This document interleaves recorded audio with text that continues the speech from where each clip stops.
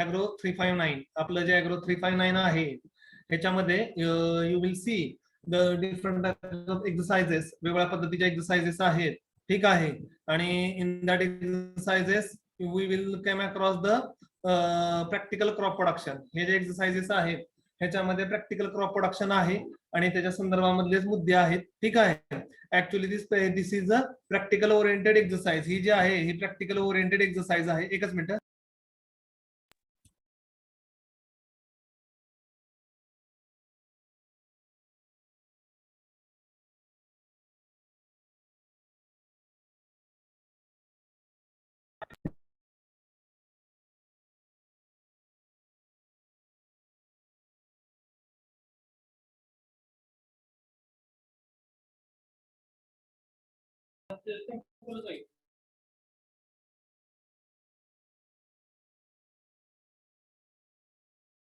तर exercise number 1, introduction, aims and objectives of practical crop production 1.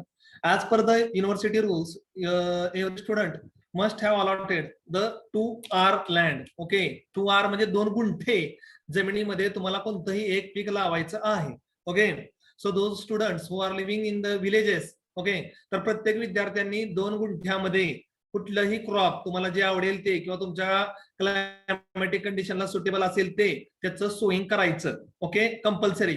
आणि after the sowing you have to post the photograph on the group. Sowing केल्यानंतर तो जो photograph आहे तो ग्रुपवर टाकून द्यायचा, ते सोईंग केलेलं आहे.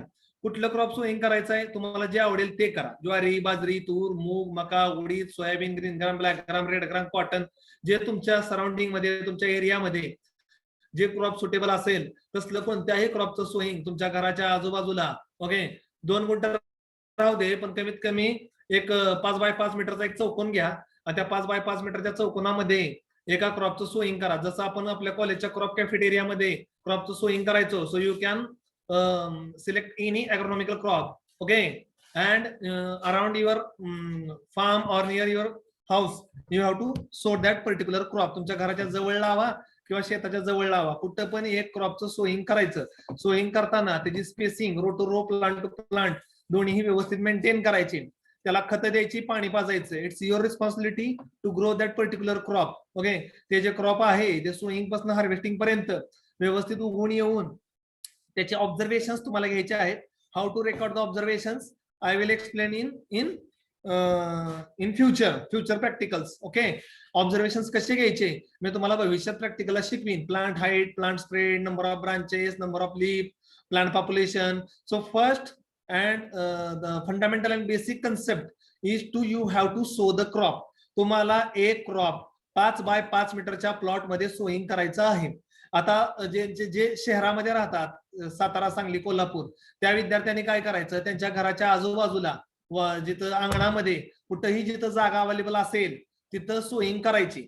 आणि समजा तुम्ही सोसायटीमध्ये राहतात, चला पुण्या मुंबईमध्ये किंवा असं की तिथं जमीनच अवेलेबल नाहीये, लँडच अवेलेबल नाहीये, तर त्यांनी काय करायचं, कमीत कमी 5 कुंड्या विकत आणायच्या आणि 5 कुंड्यांमध्ये भुईमूग, सोयाबीन, कुठलंही बियाणं तुम्हाला जे जमेल ते कमीत कमी 5 झाडं छोट्या छोट्या 40-50 रुपयेवाल्या प्लास्टिकच्या कुंड्या आणायच्या आणि त्याच्यामध्ये लावायचं. But I want that crops. Okay, कोणत्याही परिस्थितीमध्ये मला कमीत कमी 5 झाडं, ज्यांच्या घरी शेती नाही किंवा जे सातारा, सांगली, कोल्हापूर अशा जिल्ह्याच्या ठिकाणी राहतायत किंवा सोसायटीमध्ये राहतायत आणि तिथं जमीन अवेलेबल नाही आसपास, ओके, त्यांनी कुंडीमध्ये झाडं लावायची ॲग्रोनॉमीची. पण मला क्रॉपचं ग्रोथ आणि क्रॉपचं प्लांटेशन सोईंग दिसलंच पाहिजे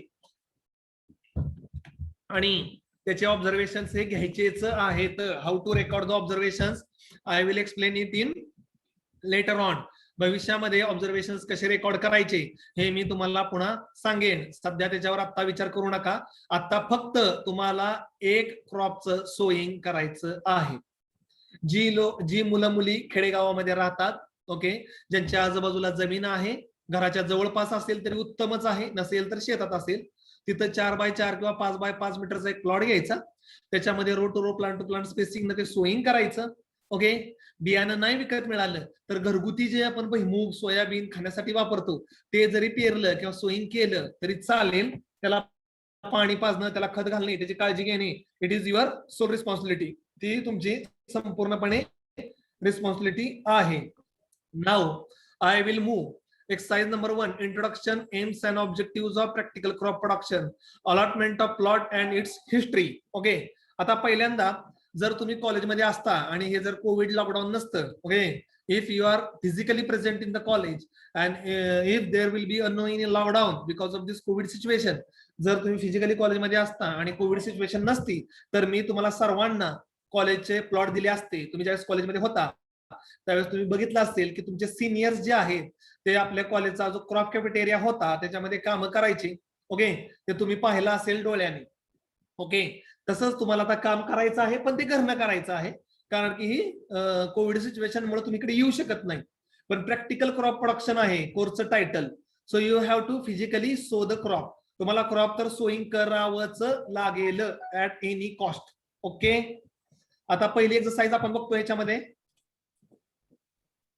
crop planning, raising of field crop in एकच minute in multiple cropping system, field preparation, seed treatment, nursery raising, sowing, nutrient, water and weed management, and the management of insect pest disease of the crop, harvesting, threshing, drying, winnowing, storage and marketing of produce. The emphasis will be given to the seed production, mechanization, resource conservation and integrated nutrient, insect pest and disease management technology. Preparation of balance sheet including cost of cultivation, net return per student as well as per team of 8 to 10 students, study of farm inventory and record keeping. तर ह्याच्यामध्ये काय करायचं आहे तुम्हाला, क्रॉपचं planning, raising of crop, okay, field preparation असेल, seed treatment असेल, nursery raising असेल, सोईंग न्यूट्रिएंट मॅनेजमेंट असेल, वॉटर मॅनेजमेंट असेल, वीड मॅनेजमेंट असेल, या सर्व बाबी तुम्हाला तुमच्या शेतामध्ये, तुमच्या फील्डमध्ये, तुमचं जो प्लॉट आहे त्याच्यामध्ये करायच्या आहेत. त्याच्यावर समजा कीड रोग पडला तर औषध मारणे असेल, त्याच्यामध्ये गवत उगून आलं तर ते भांगलणं असेल, त्याचं हार्वेस्टिंग करणं असेल, त्याची साफसफाई करणं असेल. आणि एक लक्षात ठेवायचं, remember you have to take all the photographs of this procedure. या प्रोसिजरचे सगळे फोटोग्राफ्स काढायचे and it should be posted on our groups. Okay, आणि आपला जो ग्रुप आहे ऍग्रो 359 आणि इलेक्टिव्ह वीड मॅनेजमेंट, ह्याच्यावर ज्या ज्या दिवशी जी जी कामं करचाल त्या दिवशी ते फोटोग्राफ्स अपलोड करायचे, फोटो अपलोड करायचे. And at the time of final, okay, at the time of semester end final preparation, I will see that photographs only. मी काय तुमचं मॅन्युअल जे प्रिंटेड मॅन्युअल आहे ते मी तुम्हाला ग्रुपवर टाकेन, ते वाचण्यासाठी होईल. पण तुम्हाला जे जीपीचे मार्क असतील जनरल परफॉर्मन्सचे, ते सगळे तुम्ही केलेली कामं आणि तुम्ही काढलेले फोटोग्राफ्स ह्याच्यावरूनच मिळतील. दुसरीकडे कुठनंही मार्क्स मिळणार नाहीत. प्लस तुमच्या शेतामध्ये कुठल्याही एका क्रॉपचं you have to calculate the cost of cultivation.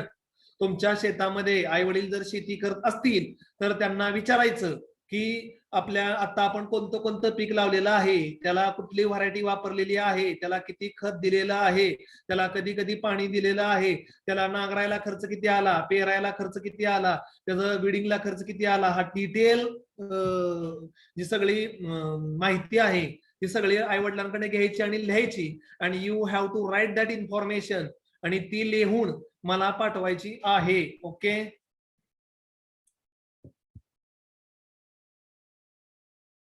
Horticulture crop चालणार नाहीत, it is agronomy. Okay, 112 number तुम्ही मेसेज केलतास, ॲग्रोनॉमिकलच क्रॉप लागतील, हॉर्टिकल्चर क्रॉप चालणार नाहीत. लक्षात ठेवा.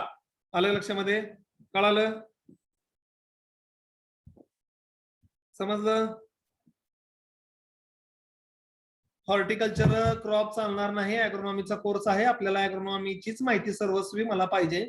तर तुम्ही कोणत्याही एका पिकाचं, तुमच्या घरी कुणी सोयाबीन असेल, कुणी ग्राउंडनट असेल, कुणी भुईमुग असेल, कुणी कुठलाही क्रॉप असेल, त्याच्याविषयीची डिटेल माहिती तुम्ही तुमच्या आई वडिलांना विचारा, शेतामध्ये जावा, त्यांच्याशी भेटा, चर्चा करा, बोला. जर कुणाचे आई वडील शेती करत नसतील आणि जॉबच्या निमित्तानं जर घरी असतील, सॉरी, जॉबच्या निमित्तानं जर सिटीमध्ये राहत असतील, शहरांमध्ये राहत असतील, तर तुम्ही तुमचे चुलते, मालते, पाहुणे, कोण पण XYZ जे तुमचे रिलेटिव्ह आहेत की जे शेती करतात, त्यांच्याकडून माहिती घेऊन ही माहिती मला द्यायची आहे. आयदर तुमच्या घरची शेती असेल तर उत्तमच, आणि तुमच्या घरचे जर शेती करत नसतील तर तुमचे जे रिलेटिव्ह आहेत जे शेती करतात, आता प्रत्येकाचे कुणा ना कुणाचे तर रिलेटिव्ह शेती करत असतीलच. आईकडचे करत असतील, आईच्या माहेरकडचे, चुलते मालते, काका काकी मावशी, कुणी ना कुणी शेती करत असेल. तर ज्यांच्या घरी स्वतःची शेती नाही तर त्यांनी आई वडिलांच्या कडून ती जी माहिती आहे ती कॉन्टॅक्ट नंबर घेऊन, फोन नंबर घेऊन त्यांच्याशी फोनवर कॉन्टॅक्ट करून त्यांच्याकडून माहिती घ्यायची आहे. ओके, कळालं? तर हे पूर्ण प्रॅक्टिकल ओरिएंटेड कोर्स आहे. तुम्हाला सोईंग करायचं आहे, विडिंग करायचं आहे, इरिगेशन करायचं आहे, सर्व गोष्टी करायच्या आहेत. ऑब्झर्वेशन घ्यायचे आहेत, ते ऑब्झर्वेशन घेऊन आपल्या ग्रुपवर पाठवायचे आहेत. सर्व बाबी आणि सर्व गोष्टी यू हॅव टू कम्प्लीट. तुम्हाला ह्या गोष्टी कम्प्लीट करायच्या आहेत आणि त्या ग्रुपवर वेळोवेळी त्याचे फोटोग्राफ टाकायचे आहेत ऍज अ प्रूफ. आणि शेवटी मग तुम्हाला पीपीटी बनवायची आहे आणि ती पीपीटी मी तुम्ही केलेल्या कामाची पाहणार आहे लास्टला. ओके, ठीक आहे. Okay, so during this semester each student will give about 2 hour area for raising of field crop. आता नेमानं काय करायचं, या सेमिस्टरला 2 गुंठे जमीन द्यायची आहे प्रत्येक विद्यार्थ्याला खरीप क्रॉपचं सोईंग करण्यासाठी. सिरियल, पल्सेस और ऑइल सीड, तुम्ही कोणतंही पीक लावू शकता. The student have to carry out all the field operations starting from preparatory tillage up to the threshing and preparing produce ready for marketing. आणि तुमचा जो प्रोड्यूस आहे मार्केटिंग रेडी होईपर्यंत संपूर्ण करायचं आहे. The student should also take all the observations starting from the germination to the harvesting of allotted crop. Sowing केल्यापासून harvesting करेपर्यंत जेवढ्या गोष्टी लागल्या ते सगळं लिहून ठेवायचं. सोईंग करताना तुम्ही किती बियाणं वापरलं, 100, 200, 300, ते मोजून you have to complete the procedure of sowing with calculated seed. किती पेरले आणि किती उगवून आले हे पण मला पाहिजे. Also he has to study the cost of cultivation, net return per student as well as per team. Team बनवणं प्रॅक्टिकली पॉसिबल नाहीये. त्यामुळे तुम्ही जे कॉस्ट ऑफ कल्टिवेशन अपडेट करणार आहात ते तुमच्या जे वडील जे शेती करतात 1 एकर 2 एकर पीक लावलेलं आहे त्यांच्याकडून घ्या. अलग लक्षामध्ये त्यांच्याकडून ती माहिती घ्या. आणि ज्यांच्या आई वडील शेती करत असतील, जॉब करत असतील, त्यांनी काय करायचं तर सॉरी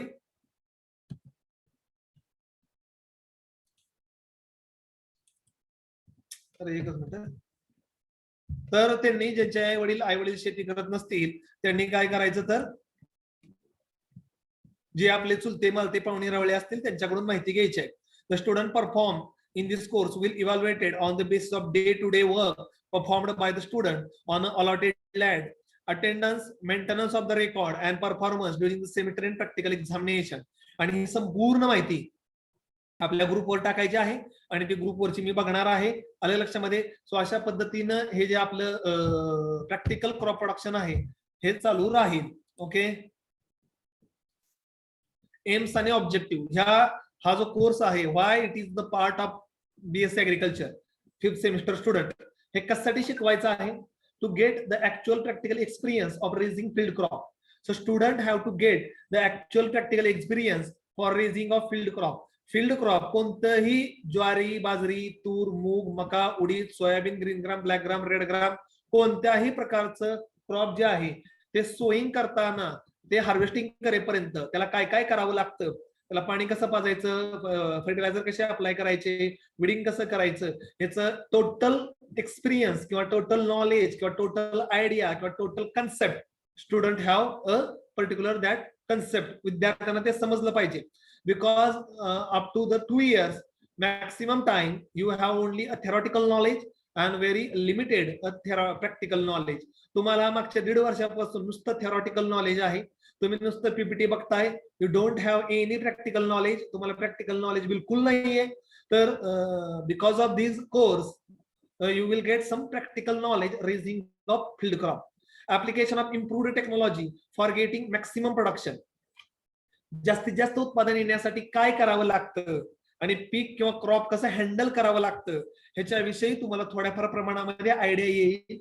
ओके, तर सोईंग करताना शक्यतो सीड ट्रीटमेंट करा.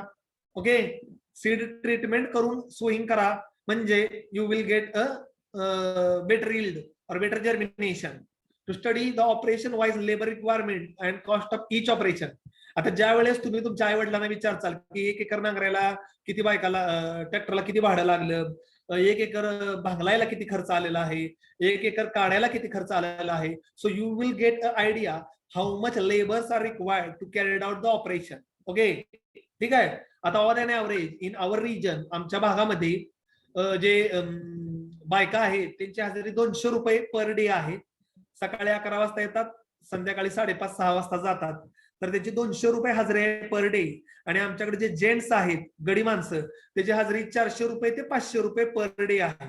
ओके, आता हे तुम्हाला तुमच्या आजूबाजूला, तुमच्या भागांमध्ये किंवा तुमच्या लोकॅलिटीमध्ये काय कंडिशन आहे हे समजेल.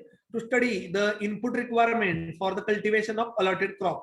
आता जो आपला अलॉटेड क्रॉप आहे, ओके, त्याच्यामध्ये बियाण्याला किती खर्च येतो. आता बऱ्याच जणांना बियाण्याच्या किमतीच माहित नाहीत. आलं लक्षामध्ये? बऱ्याच जणांना बियाण्याच्या किमतीच माहित नाहीत. तर तुम्हाला कमीत कमी एक 10 बियाण्यांच्या किमती आणि 10 खतांच्या किमती, 10 औषधांच्या किमती, इन्सेक्टिसाइड पेस्टिसाइडच्या किमती या माहित असणं गरजेचं आहे. लक्षामध्ये you have a somewhat knowledge or somewhat idea regarding with the cost and the prices of that agriculture inputs or agricultural produce.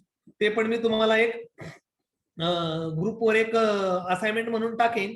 So you have to go to the agro service centre, कृषी सेवा केंद्रामध्ये जायचं, तुमच्या आजूबाजूला तुमच्या गावामध्ये कोणतंही असेल तिथं, आणि तिथं जाऊन तिथल्या किमती लिहून घ्यायच्या किंवा किमती विचारायच्या, कोणत्या कोणत्या कंपनीचं माल अवेलेबल आहे आणि त्याचे कॉस्टिंग काय आहे. So you have a somewhat idea related with the cost of that seed. त्या सीडचं किंवा त्या बियाण्यांच्या किमती मला पाहिजे आहेत. ओके, ठीक आहे. म्हणजे तुम्हाला एक इनपुट रिक्वायरमेंट कळेल. To study the constraint encounter for the cultivation of a crop under given set of field and climatic condition. तर कोणताही क्रॉप लावताना किंवा कोणत्याही क्रॉपचं सोईंग करताना काही अडचणी येतात, काय प्रॉब्लेम येतात, काय डिफिकल्टीज रेज होतात. तर त्या प्रॉब्लेम, त्या अडचणी, त्या डिफिकल्टीज तुम्हाला समजल्या पाहिजेत. Which are the problems, which are the difficulties that you have to faced. Okay, म्हणजे बऱ्याच वेळा जर्मिनेशन होणार नाही किंवा एखाद्या पेस्ट अँड डिसीजचा अटॅक होईल. मग पेस्ट अँड डिसीजचा अटॅक झाला की क्रॉप फेल व्हायला लागेल, मग तुम्हाला त्याच्यावर थोडंसं औषध मारावं लागेल. तर या सर्व बाबी, या सर्व गोष्टी, या सर्व माहिती you have to know that, तुम्हाला त्या कळाल्या पाहिजेत. आलं लक्षामध्ये? To study the benefit cost ratio. आणि तुम्हाला बीसी रेशो जे आहे, बीसी रेशो हा कंपल्सरी कॅल्क्युलेट करायचा आहे. ओके, तुम्हाला जो बेनिफिट कॉस्ट रेशो जो आहे हा तुम्हाला कॅल्क्युलेट करायचा आहे. How much amount you have invested और your father is investing in your farm. तुमच्या आई वडिलांनी समजा ऊस लावलेला आहे, तर ऊसला उदाहरण देतो. फॉर एक्झाम्पल, ऊसाला आतापर्यंत आई वडिलांनी तुमच्या, आता ऊस लावून झाले असेल 2-3 महिने, नोव्हेंबर डिसेंबर मध्ये कधीतरी लावला असेल किंवा जानेवारी मध्ये लावला असेल, असू दे, काय हरकत नाही. तुम्ही त्या पिकाला किती खर्च आला, ओके, नांगराला किती खर्च आला, रोटरला किती खर्च आला, सोईंगला किती, प्लांटिंगला किती खर्च आला, बियाण्याला किती खर्च आला, खताला किती खर्च आला, विडला किती खर्च आला, इरिगेशनला किती खर्च आला. ओके, त्यानंतर सगळा खर्च हा तुम्हाला विचारून लिहून ठेवायचा आहे, मेन्शन करायचा आहे. आणि ऊस गेल्यानंतर आपल्याला किती प्रॉफिट राहतं ह्याचा एक टेंटेटिव्ह स्टेटमेंट काढायचा आहे. ओके, आणि you have a idea how much agriculture is profitable among the farmers. शेतकऱ्यांना ते किती पद्धतीमध्ये परवडतंय ह्याची एक आयडिया तुम्हाला येईल. To develop the self confidence among the student. आणि विद्यार्थ्यांमध्ये सेल्फ कॉन्फिडन्स पाहिजे.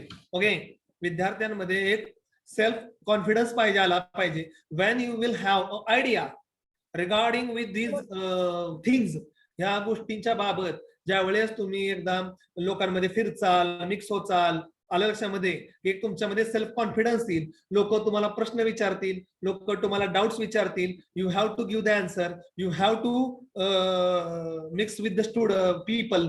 मी म्हणतोय ठीक आहे, हे कोविड आहे, तुम्ही तुमच्या घरच्या शेतीमध्ये जरी लक्ष घातलं की आपले आई वडील काय करतायत, कुठलं बियाणं आणतायत, कुठलं खत आणतायत, कुठली औषधं मारतायत, त्याचा रिझल्ट काय आहे, एवढं जरी केलं तर you will have a good idea and good knowledge among the student. To develop a research attitude for the student. आणि त्यातनं जर तुम्हाला काही नवीन सापडलं, शोधलं, बघितलं, पाहिलं, तर त्यातनं तुम्हाला एक चांगल्या पद्धतीनं एक आयडिया येईल की what should done and what should not done in raising of crop. कुठल्या गोष्टीची काळजी घेतली पाहिजे, वेळेत सोईंग होणं किती महत्वाचं असते, पाणी जर लेट दिलं गेलं तर त्याचा ऍडव्हर्स इम्पॅक्ट क्रॉपवर कशा पद्धतीने येतो, ह्या सर्व बाबी आणि ह्या सर्व गोष्टी ज्या आहेत ह्या तुम्हाला कळून येतील. आलं लक्षामध्ये? एक मिनिट, व्हिडिओ ऑन ठेवा जरा सर्वांनी, व्हिडिओ ऑन ठेवा सर्वांनी.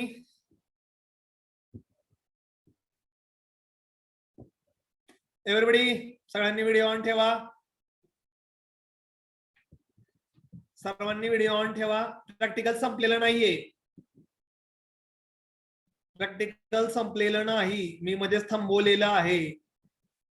व्हिडिओ ऑन ठेवा एव्हरीबडी, सर्वांनी व्हिडिओ ऑन ठेवा. मुद्दाम मी ऑन करायला सांगितलेला आहे. व्हिडिओ ऑन ठेवा सर्वांनी. बऱ्याच वेळा काय होतंय, पोरं व्हिडिओ ऑन नुसतंच मग जॉईन होतात आणि काय बघत नाहीत, लेक्चर नुसतं सोडून दिलं जातं, तर तसं नको आहे. ओके, तुमच्यापैकी किती जणांचे आई वडील नोकरी निमित्तानं पुणे, मुंबई, सातारा, कोल्हापूर अशा जिल्ह्याच्या ठिकाणी राहत आहेत की ज्यांना शेती नाही जवळपास, सोसायटीमध्ये राहताय? हँड रेज करा, हँड रेज करा. किती जणांचे आई वडील शेती नाही, जॉबला आहेत आणि जॉबमुळे तुम्ही पुणे, मुंबई, सातारा अशा ठिकाणी राहताय, सिटीमध्ये, जिल्ह्याच्या ठिकाणी किंवा तालुक्याच्या ठिकाणी, आणि शेती नाहीये अजिबात जवळपास? त्यांनी हँड रेज करा, हँड रेज ऑप्शनवर क्लिक करा. हॅलो, मी बोललेलं ऐकू येतंय का? हॅलो, हा सर येतंय.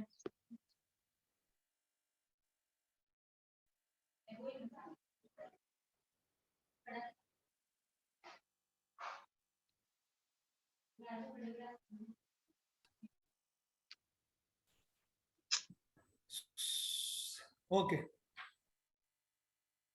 ठीक आहे. ओके,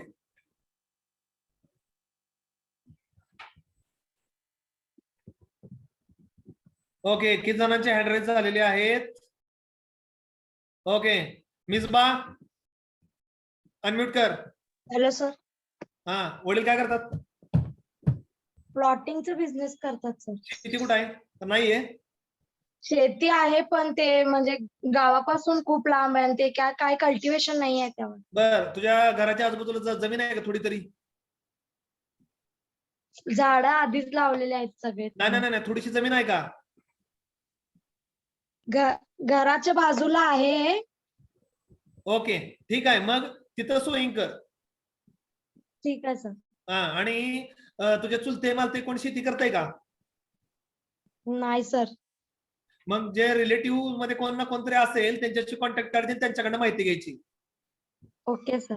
52 नंबर अनम्यूट कर. गौरव कासेवाड. Yes sir. गाव कुठला आहे? वडील काय करतात? वडील सर गव्हर्नमेंट सर्वंट आहे, सब रजिस्टर. राहता कुठं? कोल्हापूर. सिटी मध्ये? हो. घराच्या बाजूला काय जमीन? नाही सर, काहीच नाही. सोसायटी मध्ये राहतोयस? हो, अपार्टमेंट मध्ये राहतोय. हा, अपार्टमेंट मध्ये राहतोय. ओके, 5 कुंड्या विकत आणायचे आणि 5 कुंड्यामध्ये क्रॉप सोईंग करायचं. Okay sir. आणि तुझे कोण चुलते मालते पाहुणे रावळी कोणती शेती करत असतील का नाही? हा, त्यांच्याकडे बाकीची माहिती घ्यायची एका क्रॉपची, कुठल्या पण. ठीक आहे sir. 49 Jagruti Kamble. Yes sir. गाव? नाशिक. वडील काय करतायत? टीचर आहेत सर. शेती? नाही सर. बिलकुल नाही. राहते तिथं आजूबाजूला काय जमीन? हो आहे सर. बर, तुझ्या घरात जवळपास आहे का मोकळे हो, मैदान, जागा? हो आहे. ठीक आहे, तिथं प्लॉटचं सोईंग कर. हो सर. आणि जी माहिती जी आहे बाकी एका क्रॉपची, ती तुझ्या जे चुलते मालते आईकडे कुठे पाहुणे रावळे असतील त्यांना विचार. हो sir. Okay, 20 number, registration number 20. Yes sir. कोण आहे 20? Yes sir. ओके, काय करतात वडील? कुठं राहते तू? सर पंढरपूरमध्ये राहते. आई वडील पोलीस आहेत. नाही नाही, पप्पा कधी म्हणलं राहते? पंढरपूर. ओके, बर. आई वडील जॉबला आहेत का? हम्म. बर. घराच्या आजूबाजूला काय जमीन? नाहीये सर, सोसायटीमध्ये राहते. सोसायटीमध्ये राहतो. 5 गुंठ्यात क्रॉप लावायचं. हा ठीक आहे. आणि तुमचे कोण पाहुणे रावळे कोण करतात का शेती? नाही सर, असं कसं, कोण ना कोणतरी करत असतील की. शेजारी बघावं लागलं. हा, मग जे आपले रिलेटिव्ह मध्ये आहेत ना, आईकडचे असतील किंवा वडिलाकडचे असतील, कोण ना कोण जे शेती करत असतील ना, त्यांना कॉन्टॅक्ट करायचा आणि त्यांच्याकडे एका पिकाची माहिती घ्यायची कोणत्याही. ठीक ठीक आहे. आहे. Registration number 65. Yes sir. काय करतात वडील? Sir government servant. कुठं राहता तुम्ही? बार्शी. बार्शी. घराच्या आजूबाजूला काही जमीन आहे का मोकळी? सर नाही सर. बिलकुल. सोसायटीत राहत आहे काय? सर नाही, पण तिथला सर एरिया थोडा डेव्हलप झालाय, त्यामुळे रस्ते वगैरे सगळं बांधले आणि कंपाऊंड मध्ये तर नाही जात. म्हणजे जागा अवेलेबल नाही? नाही सर. ओके. कुंड्यात लावायचं क्रॉप? हो सर. 5 झाडा, 5 कुंड्या. हो सर. ठीक आहे. आणि कोण रिलेटिव्ह, कोण पाहुणी शेती करतात का? नाही काका, सर. मामा, चुलते? नाही, मित्राकडून घेतो सर माहिती. बर, ठीक आहे. ओके, तुझी इच्छा, काय अडचण नाही. ACR 32. Yes sir. अनम्यूट कर. केलंस का? ओके. वडील काय करतात? कुठं राहतोस? कृषी सहाय्यक नंदुरबार. लगा कृषी सहाय्यक आहे, लाज वाटते गेले का? काय लगा अवघडच कार्यक्रम आहे तुझा. जमीन फिमीन आहे का नाही? आहे सर, पण गावाला मग नंदुरबार मध्ये शेती बिती आहे का नाही? गावाला आहे सर. बर. वडील या का सगळ्या गावाला शेती शिकवते ती, त्यांच्यावर फिरकी व्हायची, बिघाडते हा, ढीग माहिती गेल्या का? फादर लागा घरी बसून तुला शिकवला काय ऍग्रिकल्चर? घरात शेजारी आजूबाजूला काय जमीन आहे का? नाही सर. कुंड्यात लाव रोप. सर एका कुंडीत एक रोप लावायच्या का? एका कुंडीत 1 रोप लावायचं, 5 कुंड्या घ्यायच्या. नंदुरबारला तोटा गेला आहे जमिनीचा. हा, हिला का अवघडच काम आहे. नेक्स्ट 48. Yes sir. काय करतात वडील? सर प्रायव्हेट जॉब करतात. राहतो कुठं? Sir Pune city. Pune city. आहे का जमीन आजूबाजूला? नाही सर, सोसायटीत राहतो. ओके. 5 कुंड्यात झाड लाव. हो सर. No option. त्याला मी तरी काय करणार.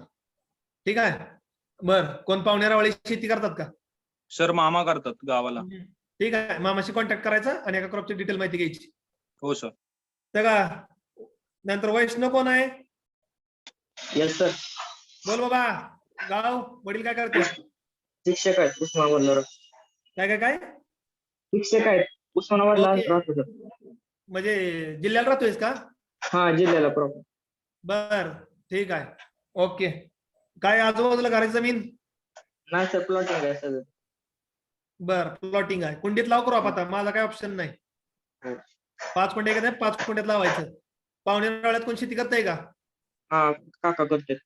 त्यांच्याकडे माहिती घे बाकीच्या एका पिकाची. हो. ACR 102. माधुरी सलगर.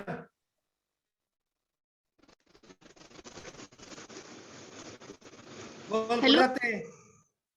सर पानिपत. जिथं मराठे हारले तिथे जाऊन बसली होय तू? तुला काय जागा गावली नाही काय? हा? बर. आपल्या वडिलांचं काय सोनं चांदीचं दुकान आहे ना? काय सर? सोनं चांदीचं दुकान आहे ना पानिपतला? हो सर. ठीक आहे. जमीन नाही वे? घराच्या आजूबाजूला? नाहीये सर. मग सिटीत राहते का? पानिपत सर सिटीच आहे ना. हा, बरोबर आहे. तिथं राहतात. बरं, ठीक आहे. मग आता काय कर, कुंडीत लाव क्रॉप. त्याला इलाज नाही. ओके ठीक आहे सर. आणि जी शेती विषय आहे का नाही, कोणतरी पाहुणे रावळे असतील का नाही, हा. त्यांना फोन कर, विचार. ओके ठीक आहे. नाहीतर एक काम कर, युपीतले क्रॉपिंग पॅटर्न घे एखादा. काय प्रॉब्लेम येत नाही. तिथं वडिलाचे कोण पाहुणे मित्र असतील का नाही तिथं, त्यांच्याकडची माहिती घे. बघू युपीचं तरी क्रॉपिंग पॅटर्न कसा आहे, आपल्याला कळेल तरी एखाद्या पिकाचं. 103. हा सर. तुला काय घरात जागा घालून नाही का गाडी जाऊन बसलाय? नाही सर, बाहेर आलोय. गाडी थांबून. काय करतात आई वडील? शिक्षक आहेत. बर. राहतो कुठं? इस्लामपूर. इस्लामपूर होय बर. हम्म. आणि जमीन नाही सर. बिलकुल नाही. बर. घराच्या आजूबाजूला काय जागा? म्हणजे हाय कंपाऊंड मध्ये थोडी कुंड्या आहेत तेवढ्याच, 4-5. तिथं कर सोयीन, काय प्रॉब्लेम नाही. म्हणजे अशी जास्त जागा नाही, कुंड्या आहेत फक्त लावल्या. बर कुंड्यात कर, मला काय अडचण नाही. हा चालतं. बर. पाहुण्या वाळ्यात कोण शेती करताय का?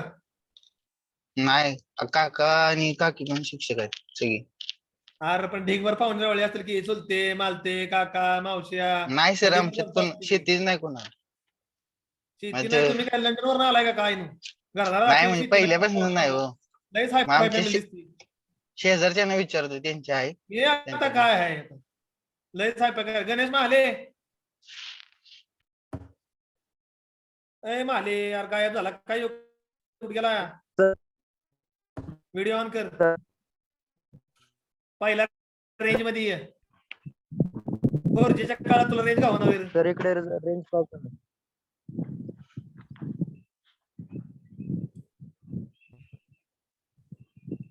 सर रेंज प्रॉब्लेम आहे इकडे.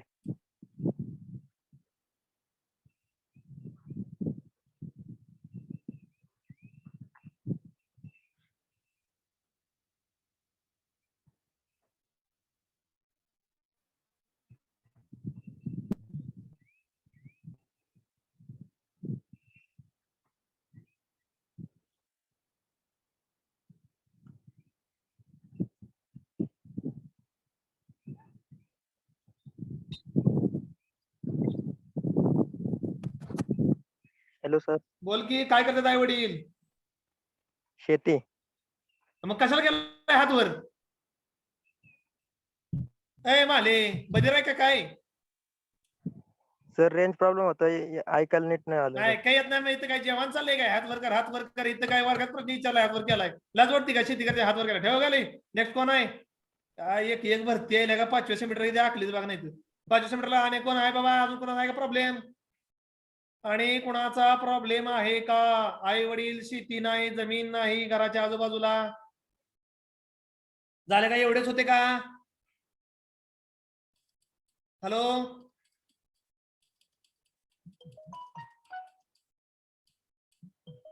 ओके. तर तुम्हाला आता मी काय मुद्दे सांगतो ते ऐकून घ्या.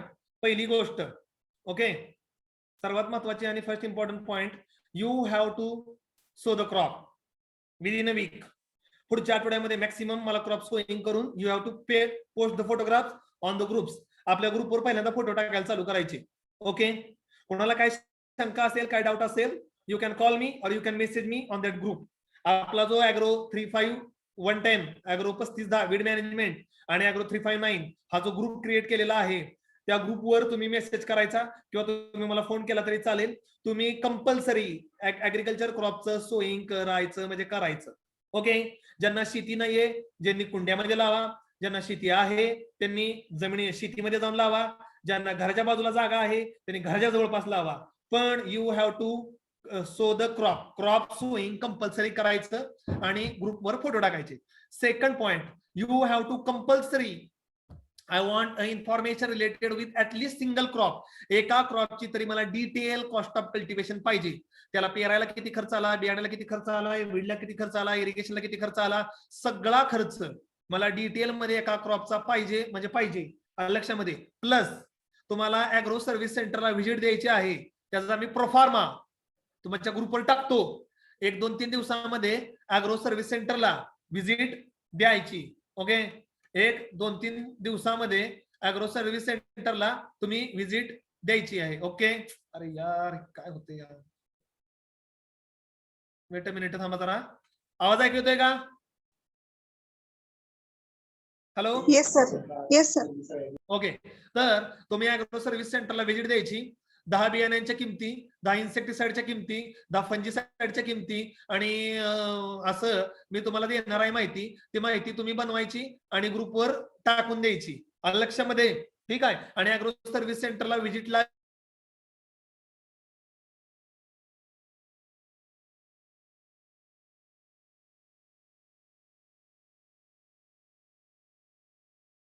प्रॉब्लेम काय होते काय समजा ना मला. हा ओके क्लिअर झालं. ओके, समजलं असेल तुम्हाला? ठीक आहे. कोणाला काही शंका आहे का याच्या संदर्भात? कोणाला काही शंका आहे का? असेल तर विचारा. हॅलो कोणाला काही सर. शंका आहे का? सर बोला. सर एकच क्रॉप लावायचं का 5 वेगवेगळे क्रॉप लावायचे? एकच लावायचं. पुढे बोला. आणि ज्यांना ट्राय करत असेल त्यांनी मल्टिपल क्रॉप ट्राय केले तरी चालतील, माझं काय म्हणणं नाही. ज्यांना 1-2 क्रॉप जरी ट्राय केले तरी चालतील. It's depending upon you. Okay, एखाद्याने जर नवीन ट्रायल मारली, नवीन इनोव्हेशन केलं तर इट्स ऑलवेज वेलकम. अतिशय चांगला आहे, मी त्याचं कौतुक करीन. आणि काय शंका आहे का? बोला, विचारा काय डाऊट्स असतील तर.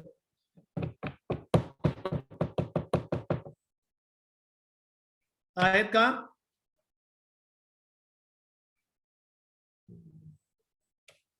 आहे का डाऊट? ओके,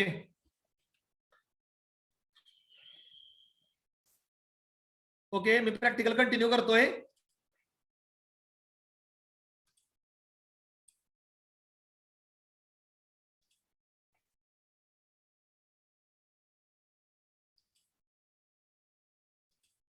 ओके, तर हे जे होतं आपलं पहिलं प्रॅक्टिकल होतं. ठीक आहे. नाव I will explain you about the second one. Second one मी तुम्हाला आता जे आहे दुसरं practical, sorry wait a minute. दुसरं नाही, मी डायरेक्टचं उत्तर घेतोय. दुसरं आणि तिसरं पुन्हा शिकवीन, ते जरा थेरॉटिकल आहे. Study of physical and chemical properties of allotted plot. आता जो तुमचा अलॉटेड प्लॉट आहे त्याचं तुम्हाला ऍक्च्युली सॉइल टेस्टिंग करायचं आहे. ओके, तुमचा जो अलॉटेड प्लॉट आहे त्याचं तुम्हाला सॉइल टेस्टिंग करायचं आहे. Okay, to know the physical properties of the soil and to know the chemical properties of the soil. So soil is defined as a natural body developed as a result of pedogenic processes that takes place during the after the weathering of the rocks in which plant and other form of life are able to grow. अलग लक्षामध्ये, तर soil ही जी आहे natural dynamic body आहे.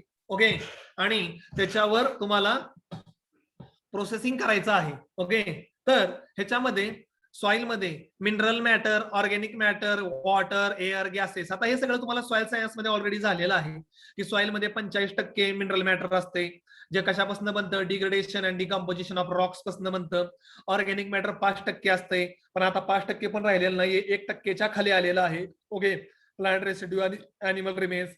Water जवळपास जमिनीमध्ये 20 ते 30% असते, एअर 20 ते 30% असते, आणि ऑर्गॅनिझम्स त्याच्यामध्ये मायक्रो आणि macro organisms, bacteria, fungus, viruses वेगवेगळ्या प्रकारचे सॉइल मध्ये असतात. Some are benefited, some are harmful. अलग लक्षामध्ये. ठीक आहे. त्याच्यानंतर physical properties of the soil. The physical properties of the soil primarily depending upon the size, shape, arrangement of its mineral soil particle. The important physical properties of the soil. Soilच्या ज्या physical properties आहेत त्यामध्ये soil texture, soil structure, particle density, bulk density, porosity, soil colour, soil water, soil consistency, soil temperature, all these parameters are present. ह्याच्यामध्ये या physical properties मध्ये texture, structure हे सगळं तुम्हाला मॅडमने शिकवलेलंच आहे. ओके, आता टेक्स्चर म्हणजे काय? It refer to the relative amount of particle, sand, silt and clay that are present in the soil. याला आपण soil काय म्हणतो? Texture. The knowledge of these attributes help also in obtaining the indirect and direct benefits in terms of determining the water retention, transmission properties of the soil, in evaluating the structural condition and dispensability, workability, erodibility through the water, wind and water. The particle size distribution of soil may be determined by international pipette method. Okay, ठीक आहे, और bye hydrometer method. आता सॉइलचं sand, silt, क्लेचं प्रमाण म्हणजे आपण त्याला texture म्हणतो. त्यात काय आता जास्त शिकवण्यासारखं नाहीये, हे फंडामेंटल झालं आहे तुम्हाला. स्ट्रक्चर म्हणजे काय? Arrangement of individual soil particle. Okay, with respect to each other. Okay, the soil structure मध्ये आपण काय काय म्हणतो? सॉइल स्ट्रक्चर जे असतंय ते प्रिझमेटिक, प्लेटी, कॉल्युमनार, ग्रॅन्युलार, हे जे असतंय हे सॉइल स्ट्रक्चर असते. आता शिकवण्यासारखं मला काही नाहीये पोरांनो, एकदम थेरॉटिकल आहे. ऍब्सोल्यूट डेन्सिटी किंवा पार्टिकल डेन्सिटी. आता पार्टिकल डेन्सिटीचं काय आहे? It is the mass or weight of unit volume of soil clod. Soil क्लॉडचं जे वजन असतं ओके, त्याला आपण काय म्हणतो पार्टिकल डेन्सिटी किंवा absolute particle density. Absolute particle density किती असते 2.7 ते 2.75 gram per centimetre square. The knowledge of particle density is important in volume relationship of the soil, porosity, bulk density, a Voigt ratio. Okay, so particle density determination is based on the measurement of weight of soil solid and their volume. Okay, आणि कशाने आपण calculate करतो तर ती टिक्नोमीटर न करतो. Okay, त्यानंतर apparent specific gravity or bulk density. Soil bulk density is defined as the Owen dry weight of soil per unit of its bulk volume. The bulk volume comprise volume of soil and pore space. आता bulk density म्हणजे काय, mass upon weight. Okay, त्याच्यामध्ये मास पण येतं आणि वजन पण येतं. व्हॉल्यूम बल्क डेन्सिटी इरिगेशन मध्ये पण आपण कॅल्क्युलेट केलेली आहे. आलं लक्षामध्ये, मास अपॉन व्हॉल्यूम आलं का लक्षामध्ये, ठीक आहे. आणि बल्क डेन्सिटी किती असते ऍव्हरेज सॉइलची 1.3 ते 1.6 ग्रॅम पर सेंटीमीटर स्क्वेअर असते. आलं लक्षामध्ये. पोर स्पेस किंवा porosity, the space between the soil particle which are occupied by an water are termed as a pore space, macropore space आणि मायक्रोस्पोर स्पेस. ओके, तर हे दोन प्रकारचे स्पोर स्पेस असतात, मोठा आणि लहान स्पोर स्पेस. Okay, porosity. आता पोरॉसिटी इम्पॉर्टंट आहे व्हेंटिलेशन साठी किंवा पाणी अब्सॉर्ब होऊन त्याच्यासाठी पण, ठीक आहे. तर पोरॉसिटी ही पण माहित आहे. त्यानंतर सॉइल कलर, सॉइलचा कलर असतो red, black, okay, green, grey, ठीक आहे. हे वेगवेगळ्या प्रकारचा सॉइलचा जो असतो तो कलर असतोय. ओके, आणि तो कलर सॉइलचा मुसलिनी नावाचा सायंटिस्ट होता, त्याने तो कलर चार्ट दिलेला आहे. त्याच्यावरनं आपण सॉइलचे वेगवेगळे कलर्स जे आहेत ते डिसाइड करतो. आता सॉइलचं temperature, the temperature of soil is measured with the soil thermometer. The temperature of soil is highest in afternoon. Okay, 2 o'clock. There should be a optimum temperature for the germination and the growth of the crop. Okay, तर temperature जे आहे, आता metrology मध्ये तुम्ही शिकलात की दुपारी सगळ्यात जास्त असतं आणि अंदाजे जे टेम्परेचर असतं ते जवळपास कमीत कमी आपल्या इंडियामध्ये 10 degree Celsius maximum 50 degree Celsius मध्ये जातं. पण झाडाच्या ग्रोथ आणि डेव्हलपमेंटसाठी 25 डिग्री सेल्सिअस पासून 30-35 डिग्री सेल्सिअस जे टेम्परेचर आहे, it is better for soil, plant and micro organisms which are living in the soil. Soil consistency is defined as the resistance of soil offered against the force that tend to deform or rupture the soil aggregate. The knowledge of the consistency is required to characterize the shear strength of the soil in terms of normal stress applied and water content of the soil. For the practical point of view, the sticky point provide an estimate of maximum water content at which normal soil will score during the tillage. Consistency म्हणजे कशी असते, त्याचा जो स्टिकीपणा आहे, त्याचा जो चिकटपणा आहे, त्यामध्ये नांगरल्यानंतर कुळवल्यानंतर त्याचे स्ट्रक्चरिंग मध्ये चेंज होतात, त्याला आपण सॉइलची कन्सिस्टन्सी असं म्हणतो. त्याच्यानंतर सॉइल वॉटर. आता सॉइल वॉटरचा part you have already learn in irrigation. त्यामध्ये capillary water, gravitational water, hygroscopic water, available water, unavailable water सगळं तुम्हाला ऑलरेडी शिकवलेलं आहे. सॉइल वॉटरचा आता काही जास्त सांगत बसण्याची काय आवश्यकता नाहीये. सॉइलच्या केमिकल प्रॉपर्टीज मध्ये buffering capacity, it is the property of the distinct resistant to change the pH of the soil solution. The buffering capacity of soil depending upon the cation exchange capacity CEC. आता सॉइलचा pH, आता pH जे आहे तर buffering capacity पहिल्यांदा सांगतो. Soil शक्यतो स्वतःचा पीएच चेंज करत नाही सहजासहजी, ती त्यासाठी रेजिस्टन्स करते किंवा विरोध करते, त्याला आपली आपण काय म्हणतो बफरिंग कॅपॅसिटी. आता सॉइलचा पीएच, पीएच जो असतो तो सॉइलचा as you know that agriculture मध्ये पीएच ची रेंज जी आहे ती 0 to 14 आहे, 0 ते 14 आहे. त्याच्यामध्ये 6 पेक्षा कमी असेल ओके तर त्याला आपण ऍसिडिक सॉइल म्हणतो, आणि 7 पेक्षा जास्त असेल तर त्याला आपण अल्कलाइन सलाइन अल्कलाइन सॉइल असं म्हणतो. पण ऍग्रिकल्चर मध्ये म्हणताना असं म्हणलं जातं सॉइलचा जो पीएच आहे तो 6.5 ते 7.5 च्या मध्ये असावा, so it will become a neutral soil. The cation exchange capacity, the capacity of negatively charged clay and the organic matter to absorb cation by simple physical attractive forces is called as cation exchange capacity. The CEC of the soil together with exchangeable base provides a measure for evaluating the fertility status of the soil. The CEC of the soil is determined either by distillation method or by ammonium saturation method. Okay.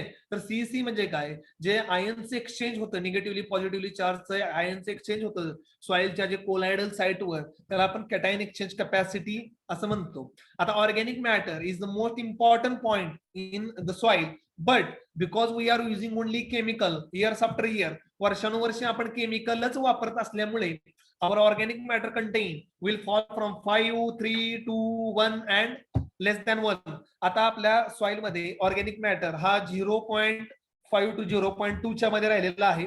Organic matter it is very important for the micro organisms because it is the food for the micro organisms. ते micro ऑर्गॅनिझमचं food किंवा अन्न आहे आणि त्याच्यासाठी ते खूप महत्वाचं असते. अवेलेबल नायट्रोजन, अवेलेबल फॉस्फरस आणि अवेलेबल पोटॅश. आता available nitrogen in the soil refer to the fraction of total nitrogen which is converted into the form of accessible to the plant. The constitute on an average only 0.5 to 2.5% of the total nitrogen in the soil. आता soil मध्ये जरी भरपूर nitrogen असला तरी available nitrogen हा 0.5 ते 2.5% प्लांटला available होतो. त्यामुळेच आपल्याला मोठ्या प्रमाणामध्ये बाहेर युरिया, डीएपी असे जे अमोनियम सल्फेट असे जे नायट्रोजनस फर्टिलायझर्स आहेत ते अप्लाय करावे लागतात. ओके, ठीक आहे. ओके, तर हे जे इन्फॉर्मेशन आहे ती